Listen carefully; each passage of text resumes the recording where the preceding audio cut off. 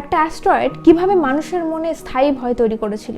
2004 সালে অ্যাপোফিস নামের একটি অ্যাস্ট্রয়েড ডিসকভার হওয়ার পর থেকেই বহু কনস্পিরেসি থিওরি তৈরি হয়েছিল, যেখানে বলা হয় এই অ্যাস্ট্রয়েডটি একদিন না একদিন পৃথিবীকে ধ্বংস করবে। কিন্তু 2004 সালের ক্যালকুলেশন অনুযায়ী অ্যাস্ট্রয়েডটি 2029 সালে পৃথিবীতে পড়ার চান্স ছিল মাত্র 2.7%। আর টরিনো স্কেলে লেভেল 4 পর্যন্ত পৌঁছেছিল। টরিনো স্কেল হলো পৃথিবীর ওপর কোনো গ্রহাণু বা ধূমকেতুর বিপদ কতটা তা জানার একটা সিস্টেম, যেখানে 0 থেকে 10 পর্যন্ত ভাগ করা থাকে। এই টরিনো স্কেলে লেভেল 4 হওয়ায় বিজ্ঞানীদের মধ্যে একটা চিন্তার কারণ তৈরি হয়েছিল। তবে এই স্কেল সাধারণ মানুষ জানতো না, মিডিয়া ভয়টা বড় করে দেখিয়েছিল।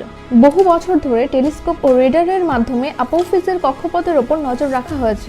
2029 সালে এটা পৃথিবীর কাছ দিয়ে গেলেও পৃথিবীকে স্পর্শ করবে না। প্রায় 32,000 কিলোমিটার দূরে যেখানে জিওস্টেশনারি স্যাটেলাইটগুলো থাকে সেখান থেকে সেফলি ফ্লাই বাই করবে। এমনকি কমপক্ষে 100 বছর পর্যন্ত কোনো বিপজ্জনক ধাক্কাও হবে না, এবং ভবিষ্যতে যতদূর পর্যন্ত ক্যালকুলেশন করা গেছে এটা পৃথিবীর কোনো ক্ষতি করবে না। এমনকি নাসার সেন্টারি ইম্প্যাক্ট রিস্ক লিস্ট থেকে 2021 সালে অ্যাপোফিসকে রিমুভ করা হয়েছে, কারণ এর ইম্প্যাক্ট রিস্ক 0।